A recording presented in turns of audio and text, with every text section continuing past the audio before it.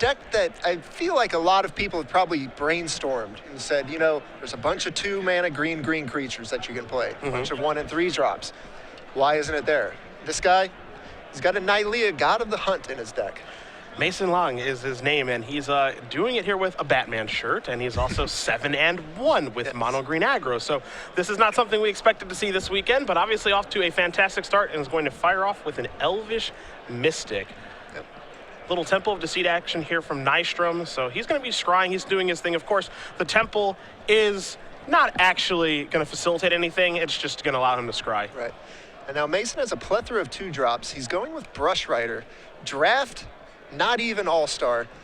All-Star strong. All-Star strong. How about let's just go with 3-1 Vigilance for now. But I was talking to him earlier. He said it's a card you pretty much have to have if you're going to play Burning Tree Emissary. Yeah, So, I guess that actually makes sense with the fact that you can actually put it into play after that.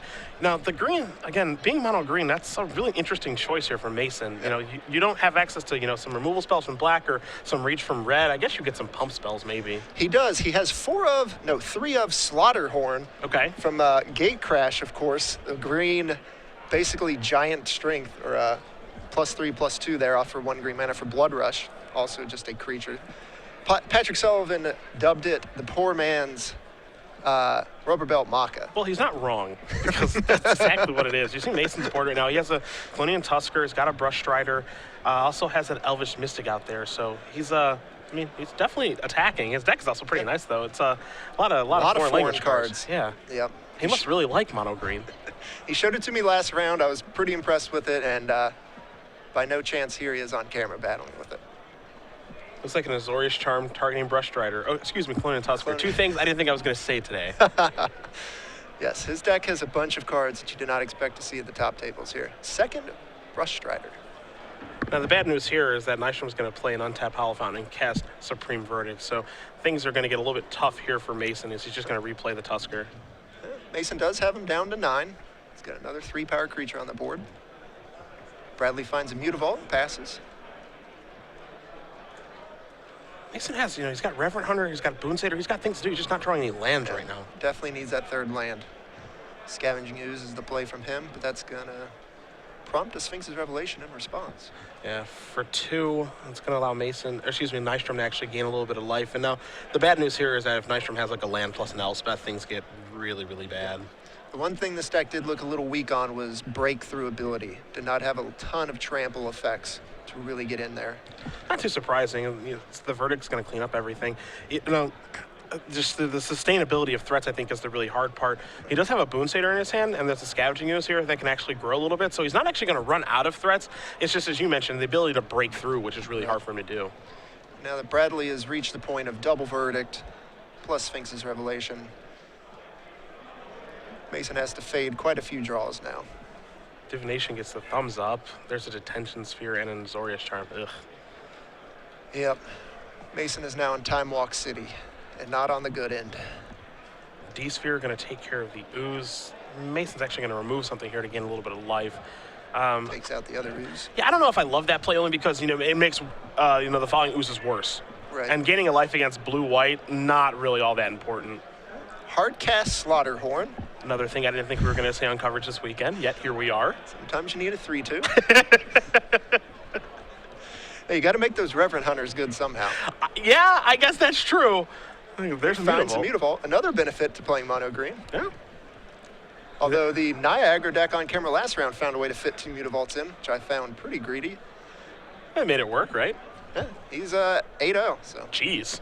Okay, definitely made it work. Showed us. Mason just going to pass the turn back, and that is a very obvious Sphinx's Revelation from Nystrom. Yeah, Mason was able to get him to 5 with the Slaughterhorn, but Sphinx's Revelation rejuvenate quite a bit of life there. Yeah, I think this found an elixir too, it looked like. This is the big issue, right? Where if they don't close out fast enough, you know, it's almost really difficult to come back. Now, of course, if Nystrom doesn't have Supreme Verdict, I think things are okay, but definitely. It's just, it seems like it's almost too likely that they will. Yeah, I'm looking through Mason's list here. No trample, and his one way to get trample is with a Nylea, God of the Hunt, but it's only a 1-of. So, breakthrough ability, well, not so much an issue here unless there's an Elspeth. And see, Dissolve's going to take care of the Moonsader. I think that's a situation, too, for Nystrom where he's just like, I might as well. Right. I mean, I'm doing fine, but I can also just do this. Yep. It's an Elvish Mystic, Mason. I'd see an attack with a Mutavault. There's a Reverend Hunter over there, which is not the biggest threat. It's going to be a 4/4 now because of, or excuse me, a 3/3 because of Devotion. Right. Well, we thought. Syncopet says no. Yeah, and we're going to see Bradley here. If he does find a way to win the game, it's probably going to end it here. Mutavaults will actually probably do a good enough job of cleaning things up. Can do all they need against this lowly 1/1. Now, I know you said you talked to Mason a little bit earlier in the tournament about how he's already won a Star City Games Open Series. Yes, he told me he took down SCG Madison, the standard portion, with a green-red aggro deck. So he's in his wheelhouse here, casting green creatures aggressively. Now, was there any particular reason that he felt this would be a good choice in this weekend? I mean, he's obviously 7-1 and doing well with the deck. So he didn't specifically say why. He just said he wanted to play aggressive, and with the drop in popularity of Mono Blue, this was a good choice he considered. And he also just wanted to show up his friends, play something spicy. Well, to be fair, I can't imagine his deck ever beating Mono Blue. So there's that. He's going to concede this game to Bradley Nystrom. So we've got blue-white control up again here over Mason Lange playing mono green aggro. Take a look at the sideboard here.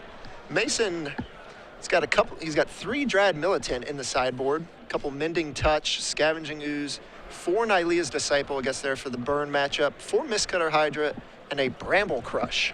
Ah, old Bramble Crush. Yeah. He's got to assume the Mistcutter Hydras are coming in here. And I wouldn't hate seeing the Drad Militants either against the control deck that's going to be using Elixir. He's actually fanning out the cards that he's going to sideboard in for us because he's such a nice guy. I did see Dryad Militant. Now Nystrom's going to do the same. So, yeah, Militant and Mistcutter is going to come in, among others. Not sure exactly what Mason's going to sideboard out, but it looks like he's ready to beat a blue-white deck, as Nystrom has a Ratchet Bomb, a Negate, a Revoke Existence, 2 Last Breaths, 2 Dispels, 3 Gainsay, 2 Celestial Flare, 2 Blind Obedience, and a copy of Pithing Needle. Pretty easy cards to sideboard in here, honestly. You got a Ratchet Bomb. You got to like Last Breath against some of the cards in the deck. Also have to like Celestial Flare as well. It's just a removal spell. So the goal here for Bradley is just to not die. Yeah. Pretty apparent, only seeing just green lands and Mutavaults. You can't really be too afraid of the breakthrough stuff and the combo kills that the decks like Naya and Red-White can do with Boros Charm and Gore-Clan Rampager and things like that. So kill all the creatures on site and cast an Elspeth. And I wouldn't be surprised if Mason is able to catch Bradley off guard with a Mending Touch or two. It's obviously great against Supreme Verdict. The Supreme Verdict does allow regeneration, So we've seen decks in the past actually use that card to great effect. Your hexproof strategies like ban hexproof last season. I think there are some Naya hexproof decks running around with a few copies of that in their sideboard nowadays. So I wouldn't be surprised to see him get somebody with that. He's even got 2 Mending Touch main decks. So the fact that Bradley did not see either of those or the Ranger's Guile, in the main deck. So he's still got plenty of those cards to come in and try to catch him off guard. Potential Sphere, Supreme Verdict, stuff like that. I think the really interesting thing that's going to show up here, too, is just how fast Mason can actually get off the ground running. You see Bradley wave hi to somebody at home. I guess we'll assume it's mom. Yeah, one thing Mason did miss out was a turn 1's powerful 1-drop. He didn't have an Experiment 1 or anything with 2 power out of the gates. Yeah. And that's really crucial for his deck, because I'd like to imagine that at some point over this weekend he's played against a Revelation deck and beaten it. Yes. There's a chance that he's faded them the entire go around and that this is his worst matchup or something of that nature. Yeah, I would be hesitant to take a deck to a tournament of this magnitude where Esper and Blue Eye Control are your bad matchups. Yeah. So. And you even mentioned that it is really littered throughout the top tables right now. I can definitely see this deck getting through with its powerful starts. So. Yeah, I find it really interesting, again, that blue-white and Revelation decks in general have really kind of re-emerged this weekend, where last weekend, I know that some people played them, Brad Nelson, Todd Anderson. There are some other players who were still playing Esper after Grand Prix Cincinnati and our Los Angeles results. But it seemed like a bad time to play Esper or blue-white control last weekend, and it actually seems like it was a pretty good time to do it this weekend. Yeah, there was not as much burn running around the top tables either, so. Yeah, not a ton this weekend? I saw 3 or 4 people at the top tables playing it, but most of them fell out of contention against, I saw a guy lose with it to Mono Black, so. I know we had Ryan Overturf on a little bit earlier, and he actually was able to win with Burn against Mono Black, but that's obviously one of his better matchups. And the Mono Black player didn't actually even have Staff of the Death Magus this weekend. So. Also, I think Ryan had Young Pyromancer in his build. Yeah, so. he did. He had 4 of those in his build. A card that's not really the industry standard for that deck, but it actually does make your Mono Black matchup even a little bit better by having more creatures, and they had poured out a lot of their creature removal. Yeah, bringing any aggro deck to this type of tournament, you have to be able to not just get completely blown out by Lifebane Zombie. So. Well, don't tell Mason that. I don't think there's a deck where Lifebane Zombie is better than the one that Mason is playing. Where literally every creature is targeted by it. No 1-drop is No 1-drop again. Temple of Enlightenment for Bradley here, though. Might be a Burning Tree Emissary draw. I would hope for Mason that it is. Yeah, something like Burning Tree into Brush Strider. Just the 3-1. We can get the party started. Bradley with the island. The Experiment one's a little late to the party. That was Mason's draw stuff this turn. Be interesting to see how much power Mason has in his hand there, as his 3-1 gets his Horus Charmed. Mason sort of considered something in response there. But just going to drop down 2 creatures and evolve Experiment 1, so not he's bad. got 5 power on the table, which isn't bad at all. Not a bad upgrade there. Scry again for Bradley here off the blue-black temple. Seat. A Ratchet Bomb is the choice, the promo version. All I see is foil. A little bit of bling. A little bit of bling there. That's one thing I noticed with the coverage job is having to decipher all the crazy foil and alternate art versions of all the cards. I'm not even sure how I pick up on it all the time, honestly, because you don't even see that Ratchet Bomb very often. You normally see just the regular art that's actually on the screen for you guys at home. Rarely do you see the promo art. I know that was like that was a Magic Online promo for a little while, but that's about it. Okay, Mason bashes in. Drops Bradley to 15. I think he's trying to fade a Verdict, and he's actually doing a pretty good job of it. He can actually cast Boon Satyr here on the inside. Powerful. Yeah. Now this is interesting because Bradley doesn't have a Verdict or a counter here. That's and he just played a land, and he does have a Plains in his hand, so it doesn't look like he has much of anything. To be fair, he has a Quicken, and there's a chance that he could be trying to set up Quicken plus Wrath. Should be devastating. But right now, you see the Ratchet Bombs there at 1. And Experiment 1 did have the opportunity to evolve again. Yep, so now it can regenerate. Yeah. So it's an attack for 4, 5, 6, 7, 8, 9, 10. Wow, Nystrom's at 5 already. That's a lot of power. If nothing, this deck is quick. Yeah, and that's Elvish Mystic to the party. I mean, at this point, if he didn't have the Verdict last turn, you're hoping he doesn't have it now. So. Jace was the draw. Well, that's a really good 4-mana spell. It's just not good against this board. Not against a bunch of dudes with a lot of power. There's the second white source, so if Bradley does have the Verdict, he's got a Detention Sphere there, a Sphinx's Revelation to go along with the Jace. But Sphinx's Revelation is no good here. There's a real chance he might have to Quicken in a Verdict to actually try to get himself back into this game. Just play to that out? Yeah. Draw the Verdict off the Quicken? I'm trying to, okay, it's like, because if he spheres, I would assume he's going to sphere the Boon Satyr, and then he would Ratchet Bomb take care of the Tusker, and it wouldn't be lethal damage, but there's another Boon Satyr in Mason's hand, so it doesn't work the way he wants it to. It's a Jace. That's the dual decks Jace. Yeah. Now, what's he going to do with it, assuming we plus it? Yeah, I don't really think there's a much better option. I think right now, they're just making sure that no one... I think Bradley was wondering if he played a land yet this turn. Taking it down. Yeah. What's he looking here for? See D-Sphere Plains Mutavault, so it's going to be D-Sphere versus. And I just don't think he can make it out of this turn. I don't think there's any way. Yeah, he's got 4, 7, 10, 11 power on board. Yeah. He's just dead on board, so he's just going to concede the game. He's going to show his hand and say, hey, here are the things I had, but it's not going to do it. So Mason Lange is going to actually win at game number 2 here. And no Verdict, just get beat down by a bunch of green creatures. I can already feel it coming on. I know people are going to want a deck tech here for this mono green deck. I know there's only 2 rounds left in the tournament, but we might have to bring him into the old sideboard here Yeah, soon. I talked to him last round, and it's quite interesting. I wanted to knock it out last round, but he came to me with only like 5 minutes in the round, so. Well, Be on the lookout for that. I might be able to snag him. we'll have plenty of time after this one. This matchup doesn't take too long. Either he wins fast or he dies. Yeah. That's how things are going to go here. That's the fun part of doing deck decks on the aggro decks. You have plenty of time. You try to get one of those mid-range or those control decks, and they're finishing their rounds in extra turns. Not a lot of time to feature them. I know you sat down with Jeff Hoogland a little bit earlier on his Jun Bestow deck. Yes. Things that obviously not go as well for Jeff as he would have liked. I think he's sitting at 4-3 or 5-3 right now. But for the players who didn't get the opportunity to actually watch that deck tech yet, what did Jeff have to say about his deck this weekend? It's a typical Hoagland brew. Yes. You know, the Jun moniker is a little bit deceiving. It's really only red cards with 3 Rakdos return that it splashes off the temples.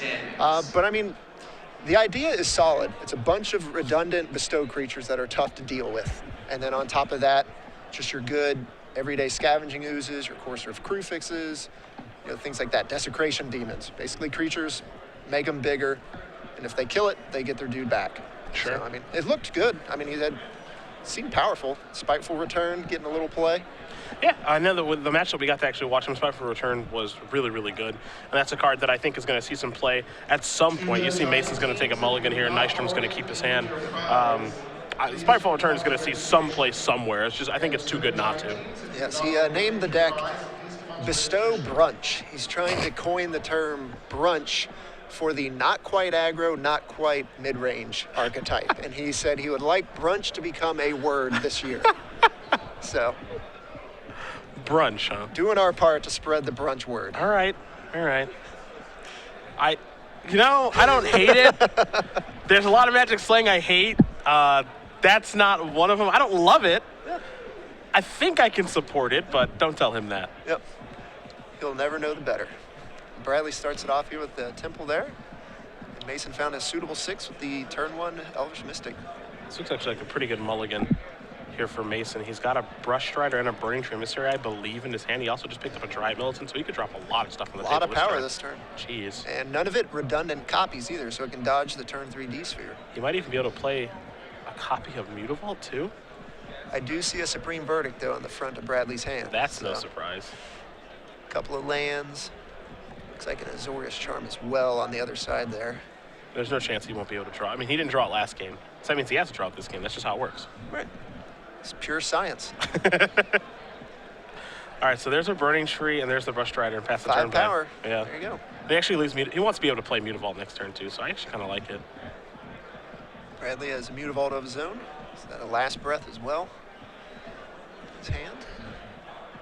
Another copy of Mutavault. Mutavault is one of the very best cards you can draw in this matchup. Yep. Tough to deal with threat. He's going to swing it all. Wouldn't be surprised if he Last Breaths it. Yeah, that doesn't surprise me at all. Mutavault going to go bye-bye. He's going to get in for 6. Nystром's going to go down to 14. And as you mentioned, he's got a Supreme Verdict in his hand, so chances are we're going to see that get cast. But Mason does have... Does he have the Mending Touch? Yeah, yep, he sure does. He can keep that 3-1 alive. Good old Rescue Boy. Yep. There's the verdict. Here comes Mending Touch. Got to return to Ravnica block draft supreme here. Yeah, this is a real delight, I must say. I'm really glad this is happening. There's a second green source. Yeah. Dryad Militant. Attack It's bash for 5. I mean, Bradley needs to have more answers, or this might be enough. Oh, wow, his hand is actually pretty bad. He's got a Dissolve and an Azorius Charm, and not much else. I mean, Mutavault could be on blocking duty here, which is a very real thing at this point. Let's see. Send it all in here, I assume. Yep. Yeah. I mean, his deck is one way. Yeah. There aren't a ton of options here. It's literally just, all right, attack with everything always and hope it's good. So he charmed... He charmed the Mutavault. Yep. Yeah. Okay. And of course, got in front of the 3-1, but he's got a Scavenging Ooze there. Or is that the Tusker? That's the Tusker. Yeah. Still got 5 power on board. Bradley ripped a land. He's got a couple of lands in his grip. Looks like that and a Dissolve. Yeah, I don't love the choice of what got charmed, because I think you want to charm a spell in this situation, because Then you can Mason, dissolve it on yeah, the way Mason down. drew a spell, even though it was a land and Mutavault. That's the problem, is he's kind of crossing his fingers, hoping to get the job done. I think Bradley drew another Bradley copy to bricks dissolve. on a jaw. Oh my Mono God. green going to 8-1. I'll be rooting through some draft remnants for this deck. Mason Lange. Now 8-1 with mono green aggro, defeating Bradley Nystrom in his blue-white control deck. I don't think this is how Bradley thought things were going to go, especially when Mason mulliganed that game. No way. I mean,